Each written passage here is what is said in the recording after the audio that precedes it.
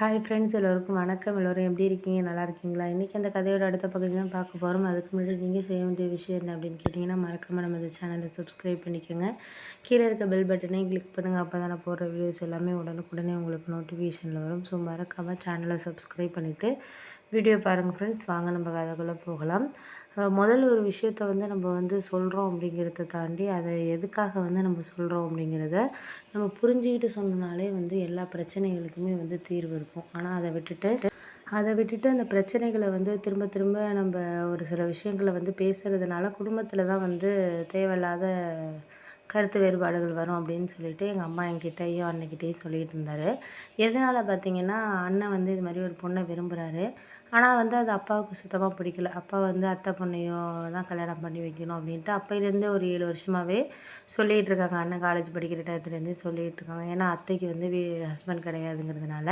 ஆனால் வசதி எல்லாம் இருக்குது. இருந்தாலும் நம்ம தான் அக்கா பொண்ணும் இருந்துச்சுன்னா நம்மளுக்கு ஒரு நல்லது அப்படிங்கிற மாதிரி அவர் யோசிச்சு தான் இது பண்ணிக்கிட்டு இருந்தார்.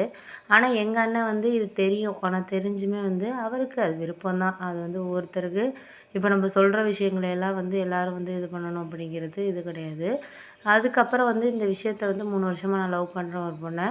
நான் வேலை பார்க்குற இடத்துல லவ் பண்ணுறேன் அப்படின்னு சொல்லிட்டு சொன்னதுக்கப்புறம் எல்லாருமே என்ன பேச ஆரம்பிச்சிட்டாங்கன்னா, இது மாதிரி அப்பா சுத்தமாக எனக்கு இதில் விருப்பம் கிடையாது. உனக்கு விருப்பமாக இருந்தால் நீயே கல்யாணம் பண்ணிக்கோ அப்படிங்கிற மாதிரி அவர் பதில் இருந்துச்சு.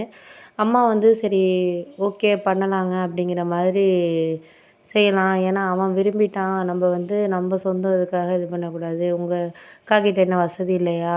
இந்த இடம் இல்லைன்னா இன்னொரு இடத்துல நல்ல இடத்துல பொண்ணை கல்யாணம் இந்த இடத்துல இல்லைன்னா இன்னொரு இடத்துல வசதியாக இருக்க இடத்துல கல்யாணம் பண்ணி கொடுக்க போகிறாங்க.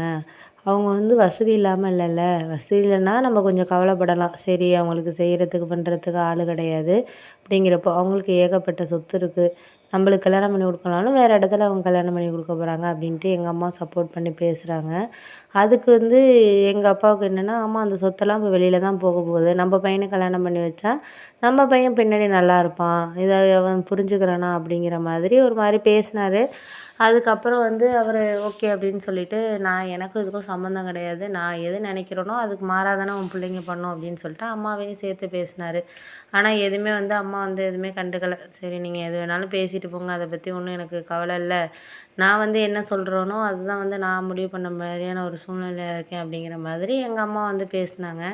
அதுக்காக நான் என்ன பண்ண முடியும்? ஒரு சில நேரங்களில் நமக்கு என்ன தான் ஒரு சில விஷயங்கள் சரியாக இது பண்ணாலும் அதுக்கான டைம்ங்கிறது இருக்கணும்ல. இருந்தால் மட்டும் தானே இது பண்ண முடியும் அப்படின்னு எங்கள் அண்ணன் அது பாயிண்ட் ஆஃப் வியூவில் உள்ள விஷயத்த நியாயமாக தான் பேசினுச்சு. நான் அந்த பொண்ணை விரும்புகிறேன். எனக்கு கல்யாணம் பண்ணிக்கணும்னு இது பண்ணுறேன். இவர் ஏமா காசுங்கிற இதுலேயே பார்க்குறாரு. நம்மளுக்கு வாழ போகிறது நம்ம தான். அவள் படிச்சிருக்கா, வேலை பார்க்குறா. எனக்கு ஹெல்ப்ஃபுல்லாக இருப்பா. இதே நம்ம அத்தை பொண்ணு படிச்சிருக்கா. அவளுக்கு ஒரு வேலை தெரியாது, ஒன்றும் தெரியாது. பணம் இருந்தால் மட்டும் போதுமா சொல்லு? நம்மளுக்கு வாழ்க்கையில் எது வரைக்கும் நம்ம கூட வரணும், எது எதில் நம்மளுக்கு ஹெல்ப் பண்ணணும் அப்படிங்கிறது நம்மளோட ஒரு இது இருக்குது. இவ்வளோ படிக்க வச்சு ஏன் அவர் இப்படி இருக்கிறாரு அப்படின்னு சொல்லிட்டு பேசினோன்னே, சரி விட்றா விட்றா அவரெல்லாம் நம்ம எதையும் சொல்லி சமாளிக்க முடியாது. ஒரு சில விஷயங்கள நம்ம சொன்னாலும் அதை ஏற்றுக்கிற மனநிலையில் அவர்லாம் இல்லை. அதை நம்ம பேசி புண்ணியம் கிடையாதுடா அப்படின்னோன்னே, அதுக்காகமா இருந்தாலும் ஒரு சில விஷயங்கள் அவருக்கா தோணணும்ல. தோணவே மாட்டேங்குது. எதுவுமே இப்படி தோணாமல் இருந்தால் என்ன பண்ணுறது அப்படின்னோன்னே, சரி விடு. அதுக்காக நம்ம ஒன்றும் பண்ண போகிறது கிடையாது. முடிஞ்ச வரைக்கும் நம்மளால் என்ன செய்ய முடியுதோ, எது பண்ண முடியுதோ அதை தான் நம்ம பார்க்கணுமே தவிர, தேவையில்லாமல் நீ அவரை இது பண்ணிக்கிட்டு இருக்காத. முடிஞ்ச வரைக்கும் அவர் பேசுனா பேசிட்டு போகிறாரு. அதுக்காக நீ எதுவும் கவலைப்பட்டுட்டு தேவையில்லாமல் எதுவும் உன் மனசை நீ கஷ்டப்படுத்திக்கிட்டு இருக்காத.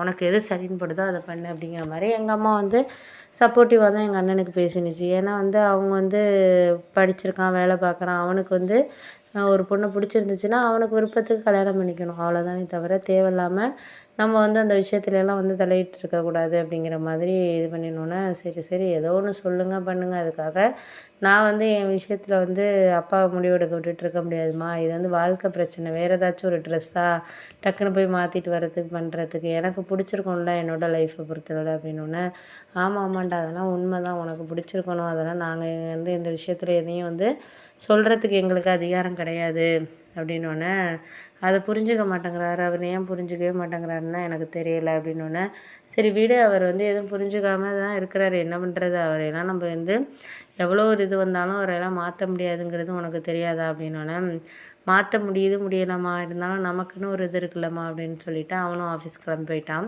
அதுக்கு தான் என் பொண்ணுகிட்ட நான் சொல்லிட்டு இருந்தேன், இந்த மாதிரி நீங்கள் வந்து ஒவ்வொரு விஷயத்தில் வந்து ரொம்ப இதாக இருக்கிறீங்க தெரியுது, ஆனால் வந்து அவனுக்கு அது பிடிக்கலங்கிறத நீங்கள் ஏமா புரிஞ்சுக்க மாட்டேங்கிறீங்க அப்படின்னோடனே, நானும் அவனை புரிஞ்சுக்க மாட்டேங்கிறேன் பண்ண மாட்டேங்கிறேன், உங்கள் அப்பா அதில் புரிஞ்சுக்க மாட்டேங்கிறாரு எதுவும்